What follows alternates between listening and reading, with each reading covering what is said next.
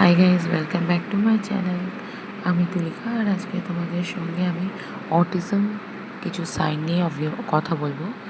তো অটিজম বাচ্চা, আপনি 2-2.5 বছর বাচ্চার মধ্যে কী করে বুঝবেন যে বাচ্চাটি অটিজমে আক্রান্ত বা কিছু?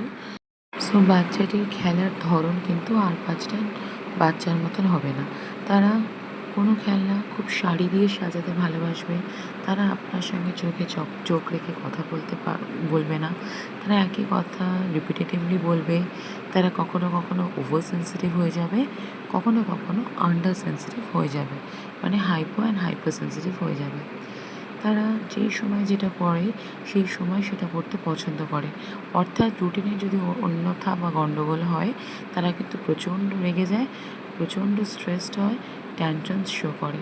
আপনার মনে হবে আপনি হয়তো বড় একটা গর্তে পড়ে গেছেন, বাট ডোন্ট ওয়ারি, ডক্টরের হেল্প নিন, আদার স্পেশালিস্টস বা প্যারেন্টস মানে বাচ্চার বাবা মাদের সাথে কথা বলুন, ফ্যামিলি মেম্বার্সদের সঙ্গে আপনার যে প্রবলেমসগুলো শেয়ার করুন। চ্যারিটি যেগুলো রয়েছে সেখান থেকেও আপনারা অনেকভাবে হেল্প আউট হতে পারবেন। আর যেটা আপনার প্রথম করণীয়, সেটা আর্লি ইন্টারভেনশন করুন। যত তাড়াতাড়ি আর্লি ইন্টারভেনশন করবেন বাচ্চাটির জন্য তত তাড়াতাড়ি ভালো, কারণ বাচ্চাটি তো একেতেই ডেভেলপমেন্টাল ডিলে, স্পিচ ডিলেতে ভুগছে। তো সেক্ষেত্রে যদি আপনি আর্লি ইন্টারভেনশন করেন, তো বাচ্চাটার ট্রিটমেন্টটা খুব তাড়াতাড়ি শুরু হয়, খুব তাড়াতাড়ি সে বাচ্চাটা সাপোর্ট পেতে পারে। আর এটা আপনাদের মেন্টাল পিস সেটাকেও বজায় রাখে।